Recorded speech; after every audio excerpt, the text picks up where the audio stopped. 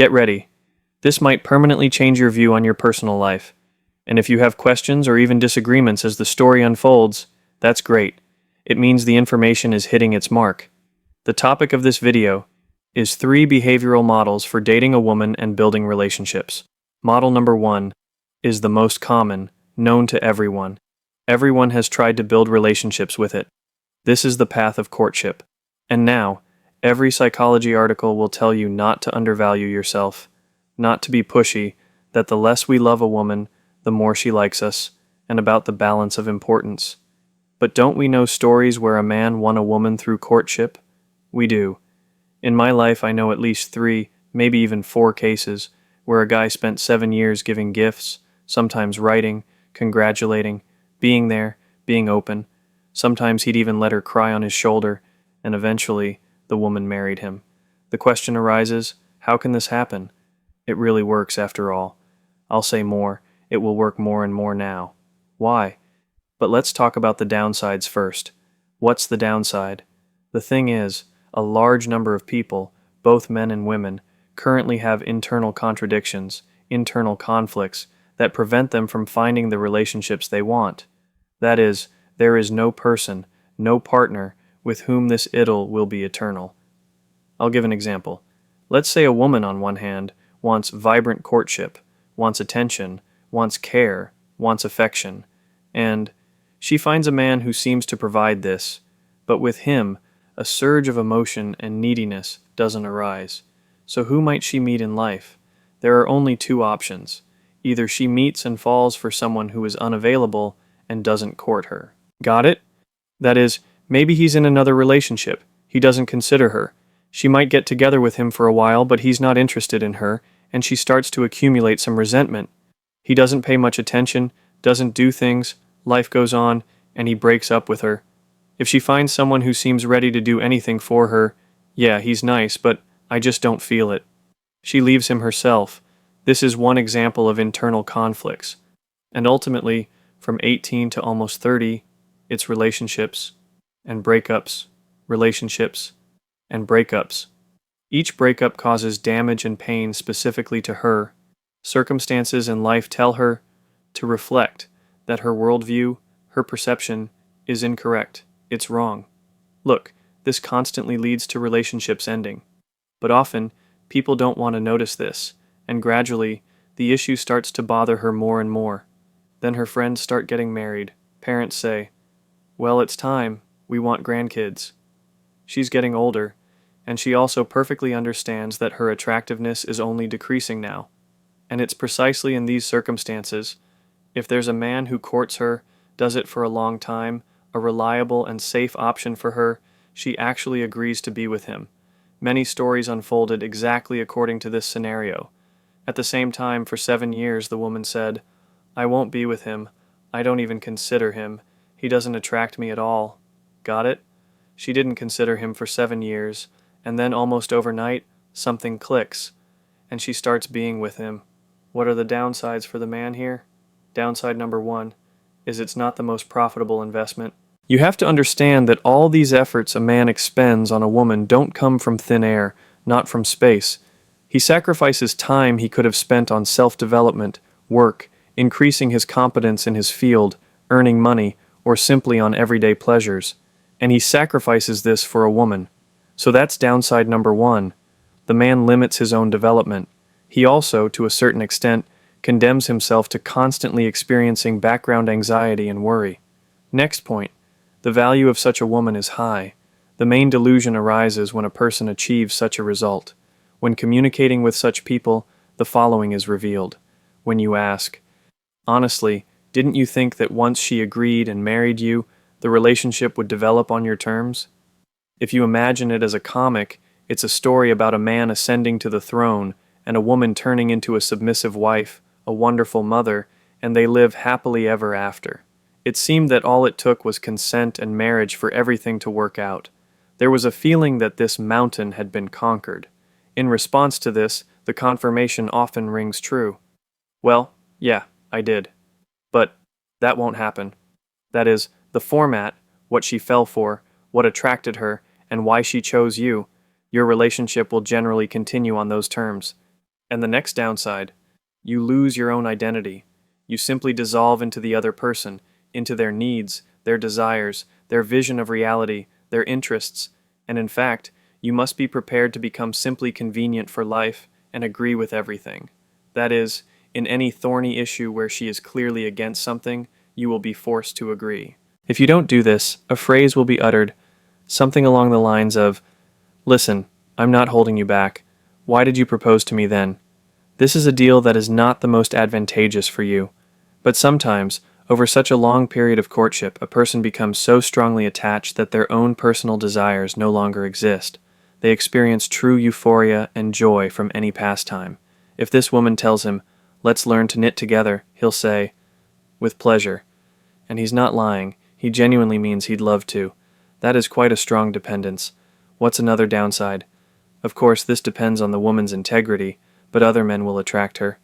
Maybe not immediately, maybe after a year, 2, 3, 4, 5, but this instinctive desire to fall in love will happen to her. Whether she takes a step in that direction or not depends on many other circumstances. For this reason, I repeat, all relationships will be on her terms. That is, even if you live together for some time, she leaves you, her relationships will fail again for the same reasons, and she will come back to you saying she realized. She was a fool. She loves you. Many live their whole lives like this. All your achievements in life will be dedicated to this person. What's the upside? I've only listed the downsides. What's the upside? I thought long and hard because there must be some. I can highlight 2 subtle ones. Plus, number 1, you don't need to change yourself. That is, you generally live this life in a format of romanticized love, where you're on emotional roller coasters. So you'll indeed have a lot of emotions, often negative, often a sense of anticipation. There will be a lot. You don't need to adjust in any way. You don't need to hurt yourself. A person adapts to such a format, such a situation, and lives. That, perhaps, is one upside. Honestly, I don't really find others. Almost always, this attachment is for life. If a man lives in such a mode for at least 3 or 4 years, he won't be able to fully attach to anyone else in his life, only to her. The second scenario is a reasonable balance. Yes, you can court, give gifts, show a little attention, yield sometimes, but you observe that the woman also values it. But there's one significant drawback. What is it? You give the woman a traffic of emotions. At the start, you give a woman a lot of impressions, you give her a lot of conveniences, you might even be able to give her something, and even if she says thank you, we'll discuss that separately. At some point, the man thinks that the honeymoon phase is over, we now have a serious relationship, we started being together, it's just daily life. And then the man wonders, where are her complaints coming from? That is, why does she say, "I want this," but "I don't want that. I want this. There's not enough here." Or she might not say anything. You just notice that she's in a bad mood more often, that there's no such pull towards you. It's all very easily explained. You laid the foundation, then it all got canceled. Why doesn't the man think about this? Because most often, when he invests in her, when you invest in her, her value to you increases. But she doesn't feel that way about you at that moment. She's just comfortable, she's just fine. You're already cumulatively forming some value for a person, entering a long-term relationship, you're doing well. But she doesn't experience that. And for this reason, after 2, 3, 4 years, problems arise, and that's it. Next point. If we talk about beauty, often, all courtship is directed towards a lady the man considers very beautiful. That is, courtship is an act of worship before female beauty. And what's interesting, in any long-term relationship, your susceptibility to beauty is time-limited. This feeling is familiar to everyone. Just remember when you initially considered a woman very, very attractive, after a year, 2, 3 of a stable relationship, that pull was no longer there. You might even start looking at other women, that is, beauty completely resets. And what essentially remains? Only how others perceive this woman. That is, men often have a need for everyone to see that you're with her, that she's all that. So, in essence, the man pays, think about it, he spends money to get a positive evaluation from other guys when they look at his woman. Therefore, to a certain extent, even this format of courtship is partly a betrayal of oneself. It might seem like it's always been this way. I'm talking about the system of courtship, that it's completely natural. But in reality, that's a lie. Just a few historical facts. If we talk about the prehistoric period, beautiful women weren't courted, at least for two reasons. First, a woman was valued for her ability to bear children and find food. Second, a woman's consent wasn't required. You could negotiate with a girl's parents or exchange the bride for something. If we talk about Greece, women and men lived in parallel worlds. That is, the house was divided into two halves, men's and women's. Entering the men's section was only allowed by invitation from one's husband or father. Going out into the city alone was also considered indecent. Marriages were arranged. Parents discussed the future marriage of their children long before they came of age. Neither the groom nor the bride was particularly consulted. Marriage was necessary for creating a family and having children, and for entertainment, interestingly, it was suggested to seek it elsewhere with slaves and hetairai. Hetairai were, so to speak, free women. They studied art, politics, astronomy, could dance, and sing. All these women communicated with men exclusively for compensation, for money. They were happy with generous gifts, but gifts in no way guaranteed the hetairas loyalty and attachment exclusively to one man, and no one at that time even thought of marrying them. Speaking of Romans, they adopted most of their traditions from the Greeks. Marriages were arranged for calculation, to strengthen financial position, or to build a career. The bride's consent was considered desirable, but not mandatory. However, the groom's father's consent was a mandatory condition, so just dragging some girl off the street by the hand was simply impossible. The Middle Ages. A woman was generally considered a vessel of sin. That is, beauty was condemned, and premarital relationships faced the strictest punishments. At that time, it was believed that a woman herself was unable to control herself, that a man, husband or father, or perhaps an older brother, had to do it. How did the romanticization of women begin? It started in France between the 11th and 12th centuries. Noblemen, a handful of wealthy people, invented something like a game. They would choose a noble lady, who was most often already married.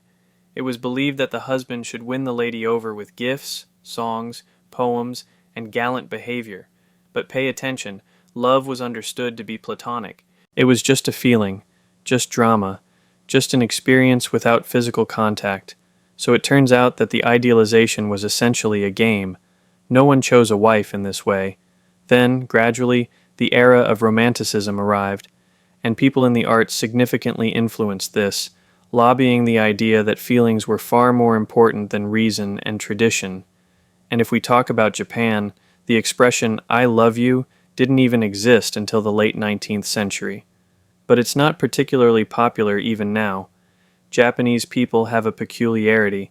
In many families, husband and wife sleep in separate beds, and when one Japanese resident was asked in an interview why, he said, "But after marriage, the attitude towards your wife as a woman disappears.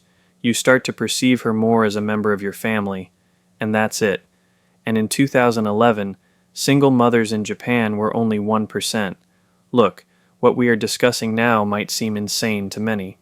But if we look at the results, how many divorces, single mothers, incomplete families, we conclude that existing traditions, the very format of relationships, work quite poorly, if not terribly. In this regard, I consider initial courtship to be hypocrisy. All the best, most solid, sincere relationships I know were built without courtship. The man simply saw no point in it, and the woman didn't need it. Do women who choose the head of their family, the future father of their children, really need it? Will she focus on what feelings she'll get in the next 3 to 6 months? No, she thinks in completely different categories. For this reason, in most cases, when a man and a woman hop onto a dating site, what are they doing? He's looking for a hetaira, and she's trying to be a hetaira. I repeat, a hetaira not only has to be beautiful, she also has to be educated, well-rounded, and able to converse interestingly. Yes, of course, you can often find that now, but it doesn't stop her from being a hetaira, even if she can tell you about family values, even if her profile says she's only looking for serious relationships. More often than not, this means probably an even longer-term project from which I can extract emotions. In most cases, this is how it is. Men haven't moved far from this. gladly believing this deception. And so they sit at the first meeting, lying to each other over coffee, talking about the kind of relationships they want to have. And he's lying, and she's lying. All she wants is an experience. All he wants is an experience too. What is courtship in this context? A woman wants to love and dream of a man, to strive for him herself. Therefore, courtship is compensation for a low degree of attractiveness. That's what it is. That is, if you can't give me emotions as a person, I can't need you. Well, then make the effort to take me to the sea, give me experiences, buy these experiences, create these experiences. That's how it works. And men, not understanding how to approach a woman, only focus on her emotions. He gave a gift, he did something, she smiled, so it works. And of course, if you've been in the first or second behavioral model for a long time, you won't be able to suddenly jump to the third because it will still be an attempt to pretend to suddenly become important and dominant. But pretending, if you recall your life, never worked out for you with any woman. Your story didn't end positively when you tried to suppress your fears of her leaving or when you liked her too much. All those stories ended badly. We can only achieve results genuinely. One small but important piece of advice: what to do to move closer to the third behavioral model so that women suddenly start to seek you out for relationships, almost courting you. Look, to develop this skill, you need to communicate with women with whom you find it easy and simple to talk and with whom you don't feel the need to court. With them, communication can actually be built. Gradually, you'll accumulate positive experience, and the circle of women who, in your estimation, are interested in you and available will grow. And in a year and a half, 2 years, you'll suddenly discover that with a new woman, wherever life has taken you, you used to court her, but now she does everything herself.